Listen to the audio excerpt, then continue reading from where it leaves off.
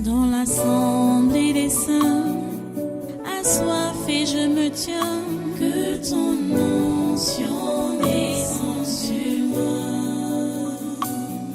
Conscient que mon destin est dans le creux de ta main, que ton onction descende sur moi. Je suis disposé, assoiffé, que ton onction descende sur moi. Je suis disposé, assoiffé, que ton onction descende sur moi.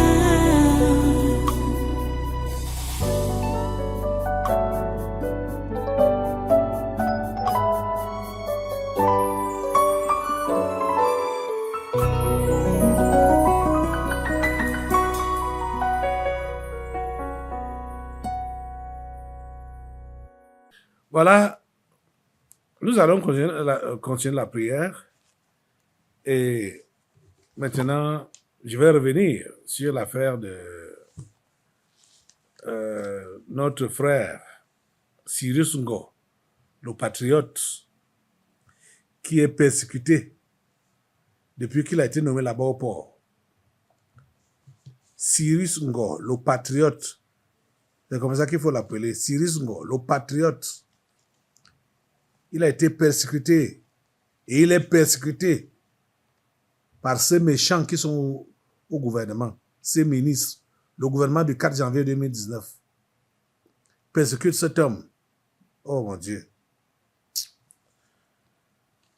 Ta grâce sur la vie de Cyrus Ngo. Il a désiré de bien travailler pour son pays. On a besoin de ministres comme lui. On a besoin d'un gouvernement qui est composé des éléments comme lui. Franchement. Parce que tous ceux-là qui travaillent bien pour leur nation, dans ce pays, le Cameroun, ils sont persécutés. C'est pourquoi vous allez voir que très peu sont ceux-là qui vont faire la différence. Mais Cyrus Ngo a tenu bon. Déjà 9 ans, hein?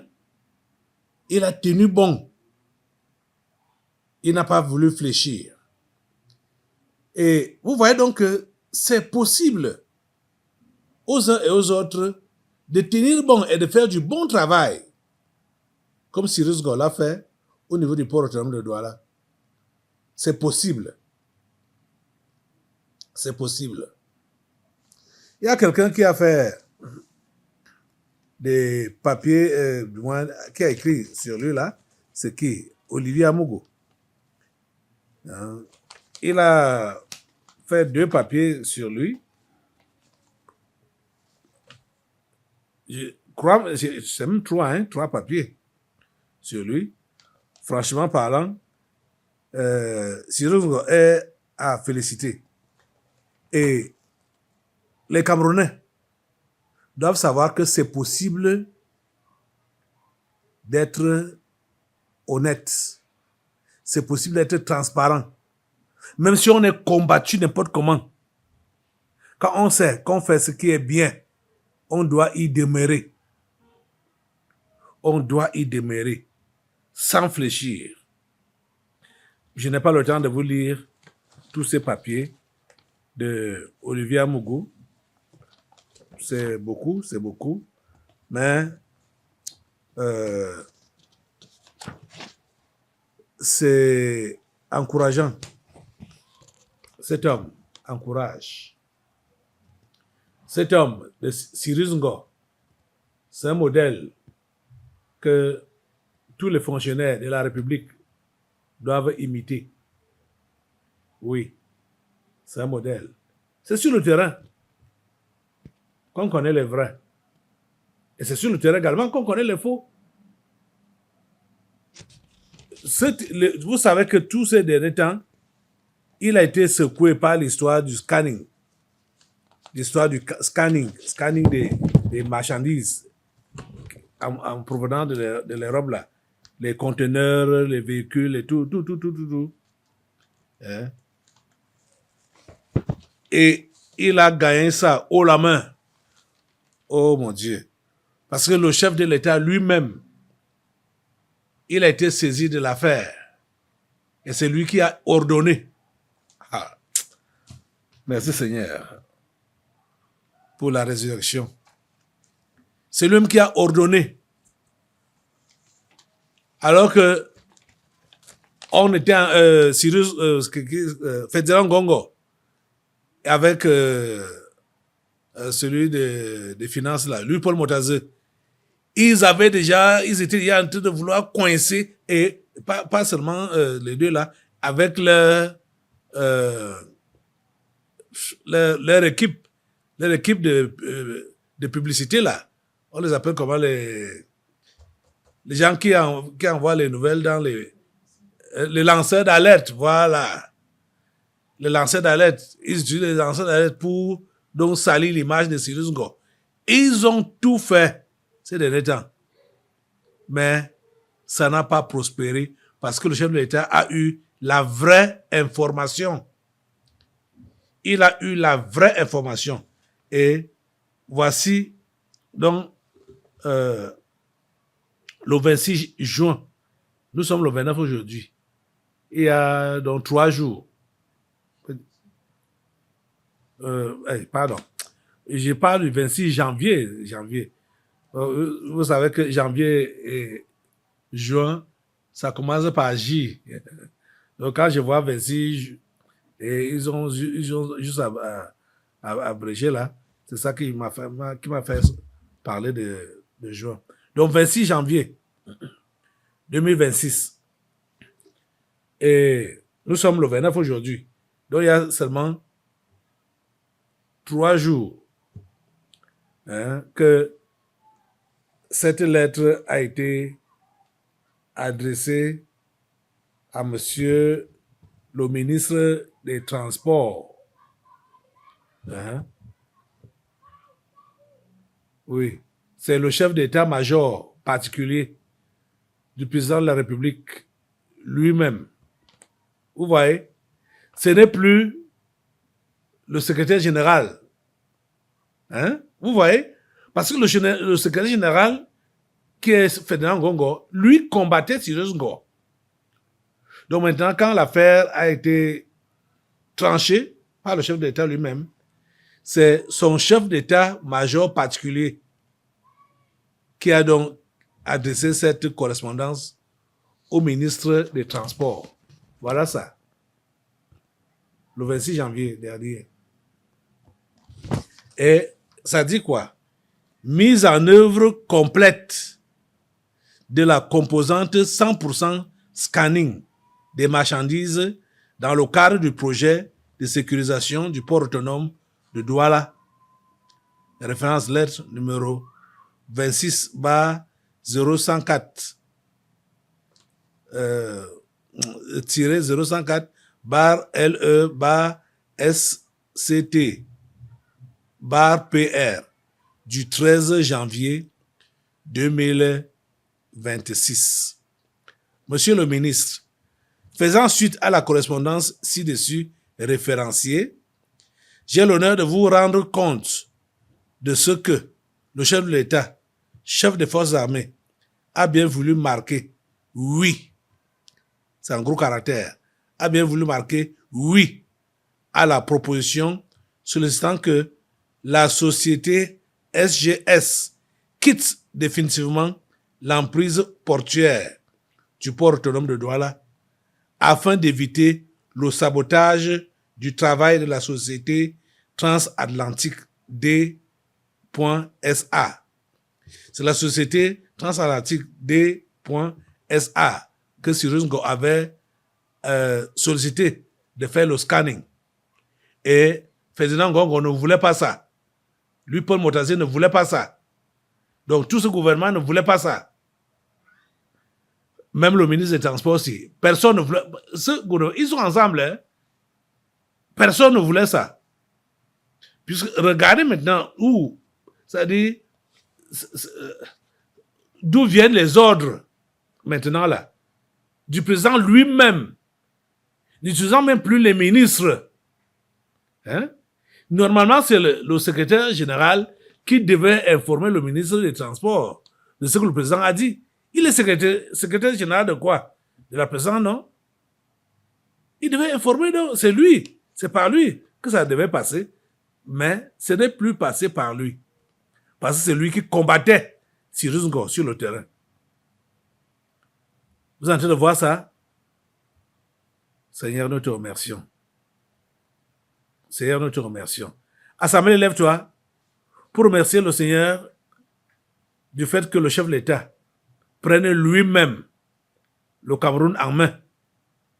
Remerciez le Seigneur pour cela. Parce que les choses ont été faites dans le passé. Il est seulement surpris par ce qui est déjà passé, par ce qui est déjà fait. Mais comme bon, il ne peut pas revenir en arrière. Donc, comme pour contredire son gouvernement, pour vouloir garder un peu la cohésion, il se taisait, il laissait faire.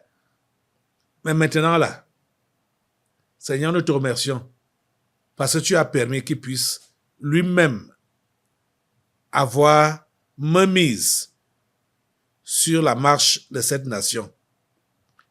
Nous te remercions infiniment, Seigneur, pour cela. Et nous prions que tu puisses continuer à l'épauler, à le guider, à le soutenir pendant qu'il fait ce travail dans ce grand pays que tu nous as donné, que tu lui as donné de diriger, ce grand pays qu'est le Cameroun, ton pays même. Seigneur, donne-lui la grâce de ne même pas fléchir un peu, de ne pas avoir peur, de ne pas hésiter, de faire ce que tu lui demandes de faire. Et s'il te plaît, donne-lui des collaborateurs soucieux du bien-être de leur pays. Seigneur, s'il te plaît, donne-lui des collaborateurs soucieux. Il y en a. On les trouve dans ce pays. Ils sont là. Seigneur, s'il te plaît, donne-les lui. Dévoile-les. Dévoile-les. Donne au chef de l'État l'information exacte, la vraie information de tout ce qui se passe dans tous les services pour qu'il puisse prendre les décisions ou trancher comme il se doit, comme dans cette affaire du port autonome de Douala.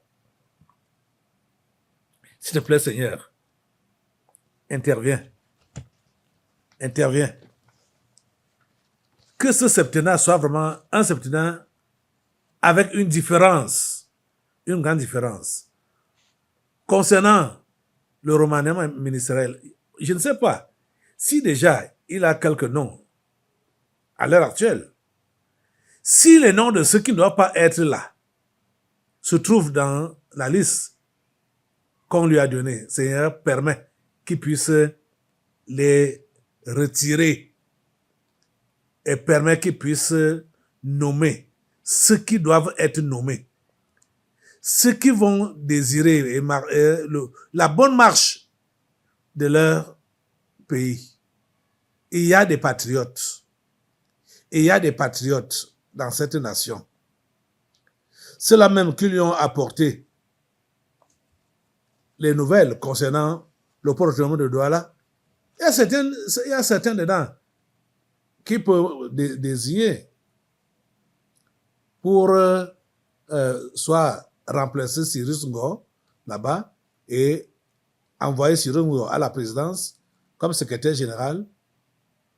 Seigneur, c'est toi seul qui sais. Nous prions pour des bonnes personnes au poste qu'il faut. Des bonnes personnes au poste qu'il faut. Ô Seigneur, nous n'avons pas encore eu à découvrir un patriote comme Cyrus Ngo. Quelqu'un qui travaille bien comme lui. Tout est positif.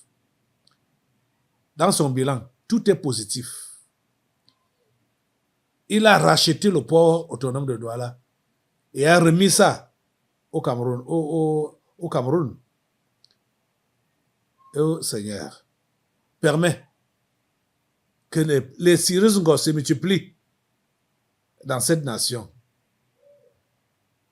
Seigneur, s'il te plaît, fais-le.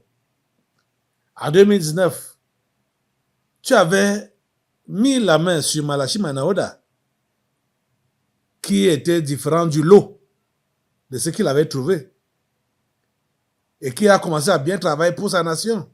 Mais il s'est laissé noyer. Voilà Cyrus Ngo qui a tenu bon déjà pendant 9 ans.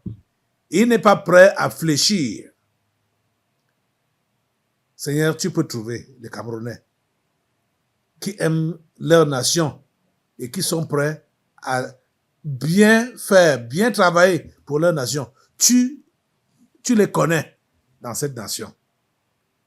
Seigneur, dévoile-les devant le chef de l'État, le président Paul Biya.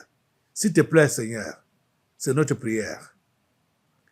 C'est notre prière. C'est notre prière. Merci de nous écouter et de nous exaucer. Assemblée, tous les ennemis des gens du bien dans cette nation, nous savons qu'il y a les démons familiers, les esprits familiers.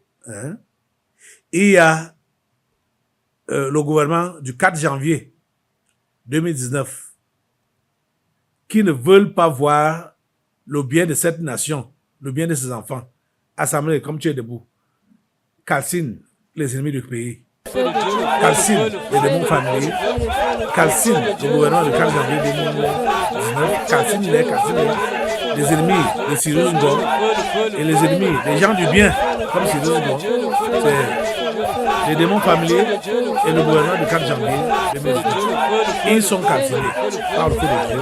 Calcinés par le feu de Dieu. Calcinés. Ils sont tous calcinés. Au nom puissant de Jésus, ils sont calcinés. Réduits à néant. Au nom puissant de Jésus. Merci Seigneur de nous écouter et de nous exaucer. Au nom puissant de Jésus. Amen.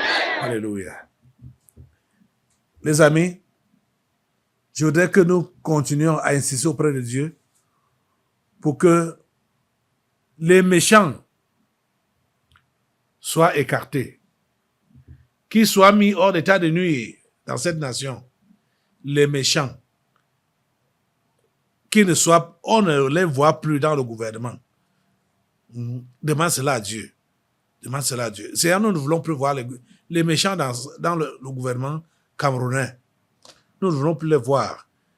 Les voleurs, les bandits, les détourneurs, des sorciers, ces sectaires, ces magiciens. Seigneur, nous ne voulons plus d'eux. Au nom de Jésus, qu'ils soient tous balayés. Balayez-les par le feu. Balayez-les par le feu. Balayez-les par le feu. Qu'ils soient tous balayés par le feu. Balayés par le feu.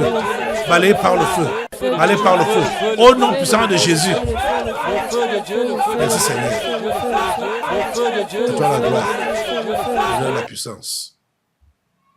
Au nom puissant de Jésus. Nous avons prié. Amen. Assois-toi un peu, assemblée.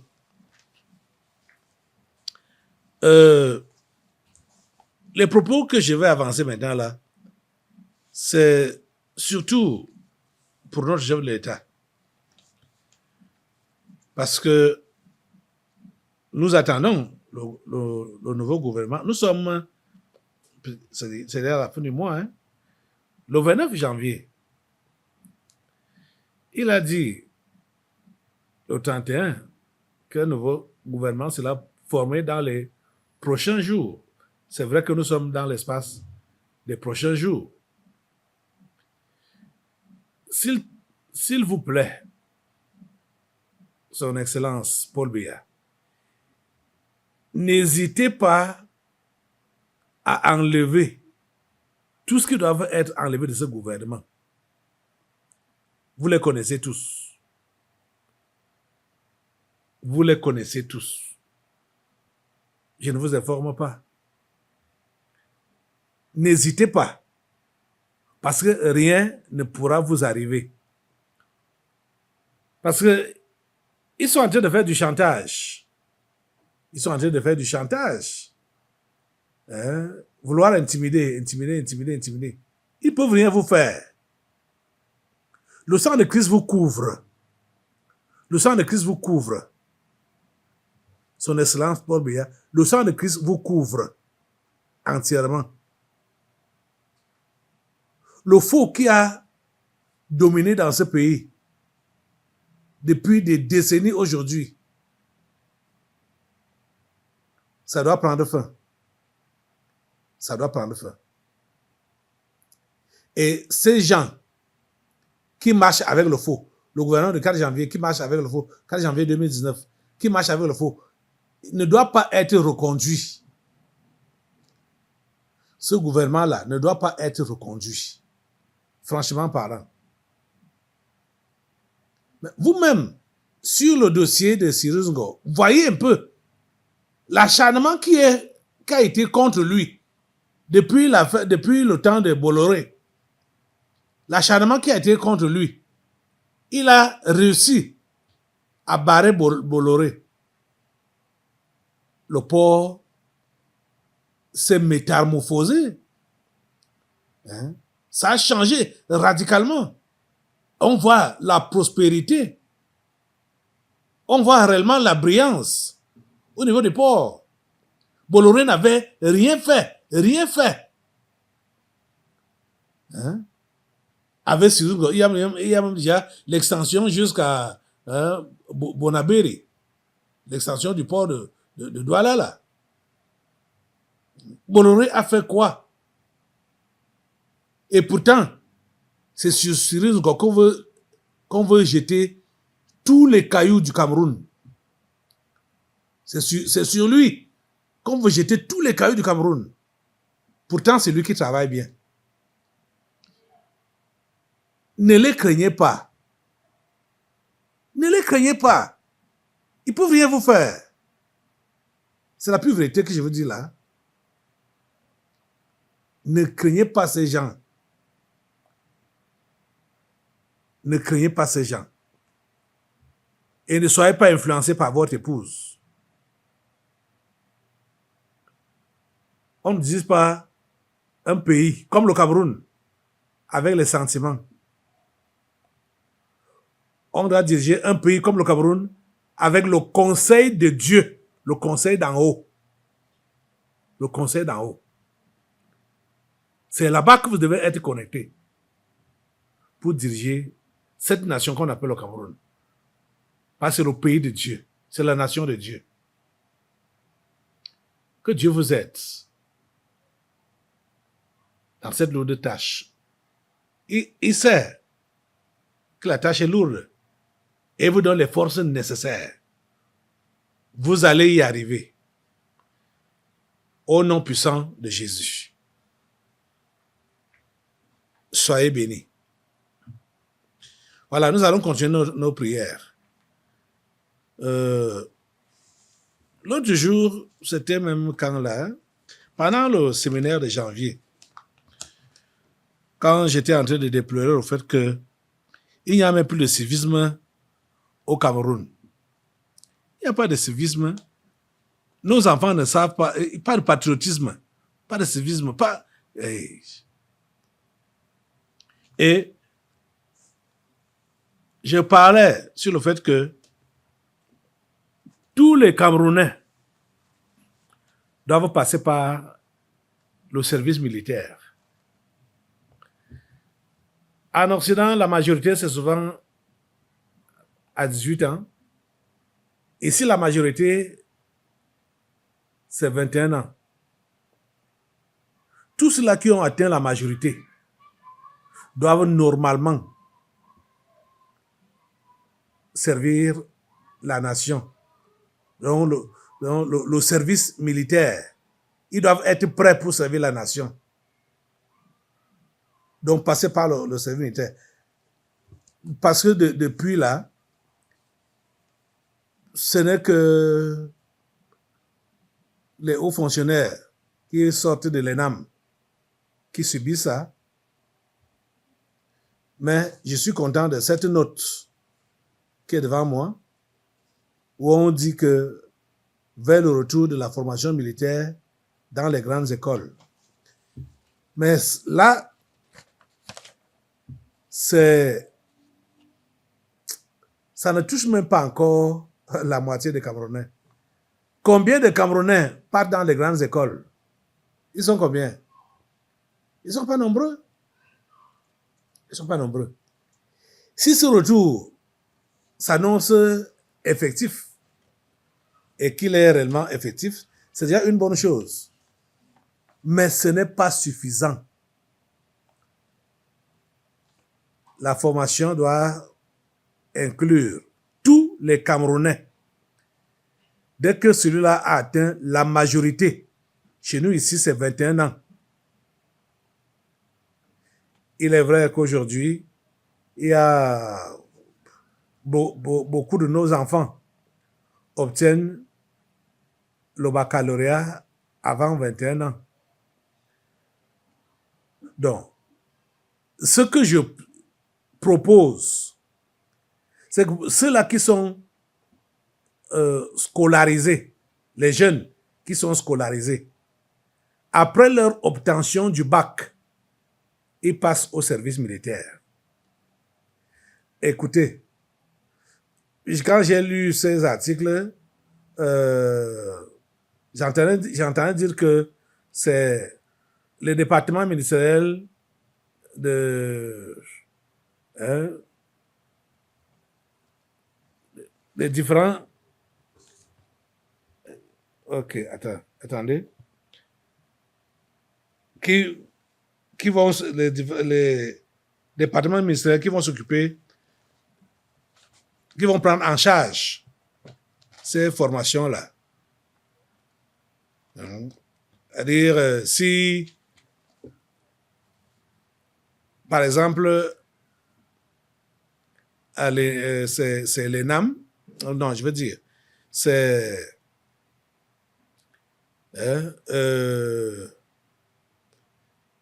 ceux de l'enseignement secondaire, voilà. Donc, ceux qui font la formation à l'école normale supérieure. Donc, l'enseignement secondaire, on va donc dire que c'est ce département ministériel qui va se charger de leur stage militaire. Ceux qui sont dans l'enseignement, encore quoi, technique, donc c'est le département là qui va se charger des stagiaires de son département. Mais il y a des jeunes non scolarisés qui doivent également passer par la formation militaire. Ça, c'est pour enseigner le patriotisme. Écoutez, les amis, notre armée va être nettoyée de telle sorte que il n'y aura plus de mauvais instructeurs. Vous comprenez ce que je dis là? Il n'y aura plus de mauvais instructeurs. Parce que quand vous voyez, par exemple, on sait que l'armée est là pour défendre la nation. Et l'armée n'est pas là pour faire la politique. Mais vous allez voir certains chefs militaires qui ont des partis pris. À l'heure actuelle où je vous parle, ce n'est pas bon. Ceux-là vont donner quel genre d'instruction aux nouveaux. Ils vont donner quel genre d'instruction? Quel genre de civisme? Quand eux-mêmes n'ont pas cette civilité-là dans leur esprit. Mais je sais une chose. Cette armée sera purgée, nettoyée, rincée à fond, de façon que les instructeurs seront eux-mêmes d'abord des modèles, des patriotes qui vont donc instruire non seulement les nouveaux venus dans l'armée, mais même les volontaires ou les bénévoles, comme c'est pas le terme qu'on peut utiliser, comme ce que je dis là, qu'on doit inclure tout le monde dans la formation militaire, surtout en enseignant le civisme et le patriotisme. Chaque Camerounais doit aimer sa nation. Et chaque Camerounais doit être prêt à défendre sa nation. Vous allez voir que les histoires telles que les villes mortes, les casses, machin, tout ça là, ça ne pourra plus exister. Oui, ça ne pourra plus exister. Puisque quand un vandale va se lever pour vouloir gâter les choses, ce sont les autres Camerounais là qui savent comment il faut défendre sa nation, qui vont prendre soin de celui-là. Pour dire que mon ami, on n'est pas là pour casser. Ça a pris du temps pour bâtir. Mais ça ne coûte pas souvent rien, ça ne coûte pas souvent grand chose pour détruire. Donc les amis, nous sommes là pour construire et non pour détruire. Ce sont les autres Camerounais qui vont s'interposer et dire nous ne sommes pas là. Cela ne fait pas avancer notre pays. Les castes ne font pas avancer notre pays. Hein? Les luttes de positionnement là, ça ne fait pas avancer notre pays. Les Camerounais doivent avoir cette éducation-là. Ils doivent être instruits là-dessus. Parce que même quand les hommes politiques là sont en train de se battre, ils se battent pour leur ventre. Ils ne se battent pas pour le bas peuple ou pour tout le monde. Ils se battent pour leur ventre. Et surtout, ce que nous voyons maintenant là, les hommes politiques de maintenant, ils se battent pour la France. Ils se battent pour préserver les intérêts de la France, les intérêts de l'Occident. Ils ne se battent pas pour leur propre pays. Ouais. On doit enseigner le patriotisme. Et l'armée, puisque elle est là pour défendre la nation, quand il n'y a pas de guerre, quand il n'y a pas de mouvement, ceux qui ont été formés vont faire quoi? Parce qu'ils doivent déjà comprendre qu'ils sont appelés à travailler pour la nation. Donc, le génie militaire qu'on avait mis en place dans le passé, c'était pour faire des travaux publics pour la nation. Mais ce sont des corrompus qui sont à la tête. Oh mon Dieu, des détourneurs qui sont à la tête. Les amis, les militaires ne doivent pas être là. On ne doit pas trouver les militaires dans les bars en train de boire. Non. Donc, ils doivent être sur le terrain pour construire le pays. Vous pensez que les États-Unis, qui se disent maintenant la grande puissance, ou même la Chine, ou même la Corée du Nord, qu'est-ce qui fait leur force? C'est l'armée. Et c'est l'armée qui fait des travaux. C'est l'armée qui fait les inventions. Hein? Les histoires de missiles, les histoires de bombes, les histoires des drones. Hein? Toutes ces choses-là. C'est l'armée. Nous avons des têtes ici. Nous avons des ingénieurs ici. Notre armée doit travailler dans ce sens-là pour développer la nation. Vous comprenez ça? Donc, il faut pas être limité. Hein? Il faut pas hésiter. Il faut pas être hésitant. Il faut pas être limité. Quand on dit que ce n'est pas seulement les gens qui font les grandes écoles qui doivent suivre la formation militaire. Ça doit être tout le monde. Tout le monde. Tous les Camerounais. Et tous les sexes. Garçons comme filles. Passer à la formation militaire. Et l'armée doit recruter beaucoup de personnes de façon à ce que une grande partie, du moins, on divise. C'est-à-dire, ceux-là qui sont pour la recherche, pour la recherche, ceux-là qui sont pour les travaux publics, ainsi de suite, ceux-là qui sont pour la médecine, ainsi de suite. Il ne faut pas que non, c'est-à-dire, on ne doit pas aller dans l'armée juste parce que le travail nous a manqué et on fait donc le recrutement et on est dans l'armée. On attend seulement le salaire à la fin du mois. Qu'on produit quoi? On produit quoi? L'armée doit produire. L'armée doit produire. Ce sont mes conseils. Hein? Et nous devons vraiment prier pour que cela soit ainsi. Que l'armée camerounaise soit productive, utile, forte,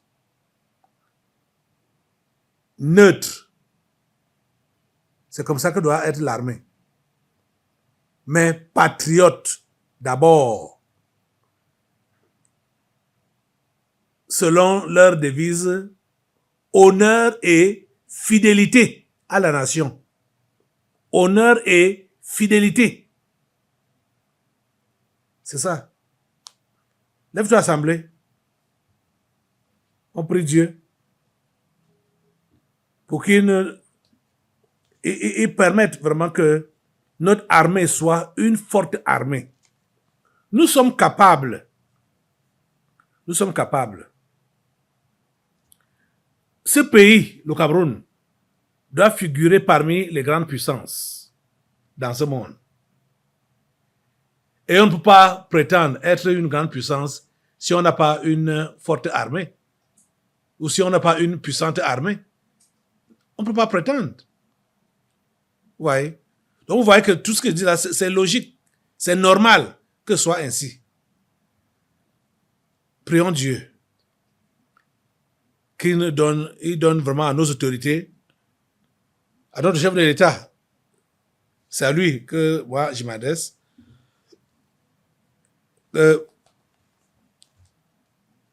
Il puisse vraiment faire comprendre aux Camerounais qu'ils sont tous défenseurs de leur nation, qu'ils soient patriotes.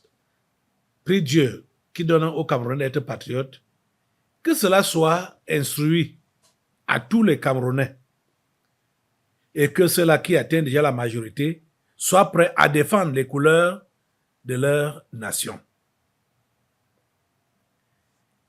Seigneur, s'il te plaît, nous ne voulons pas une armée des hommes en tenue qui sont là en train de boire dans les bars.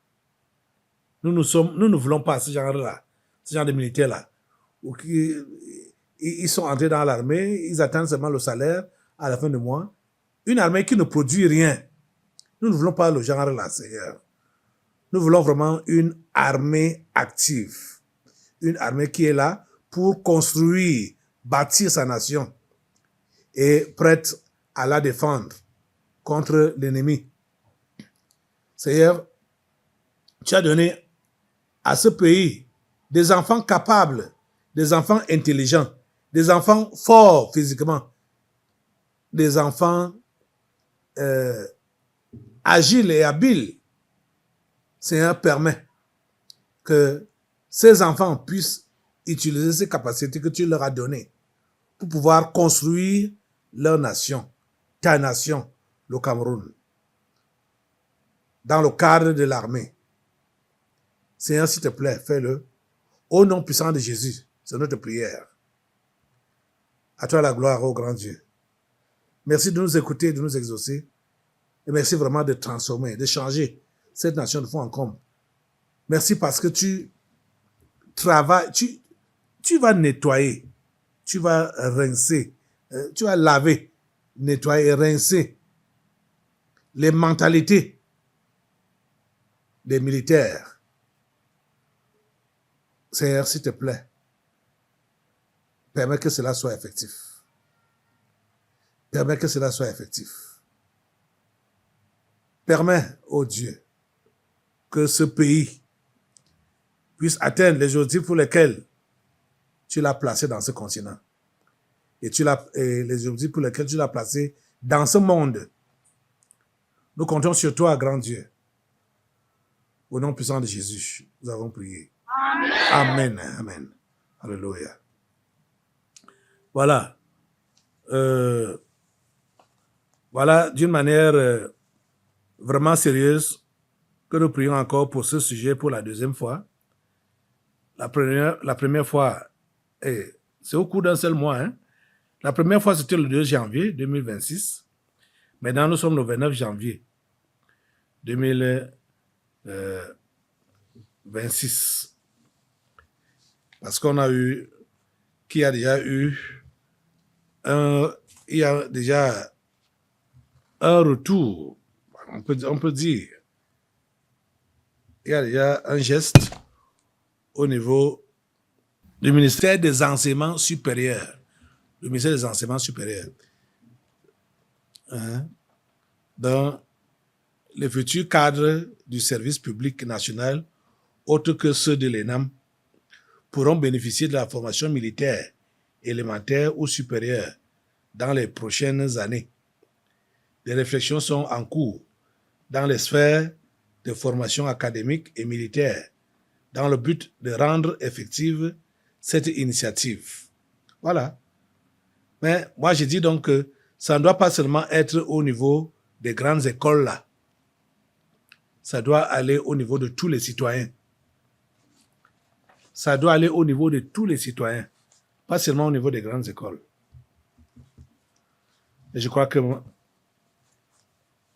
ma voix a été entendue.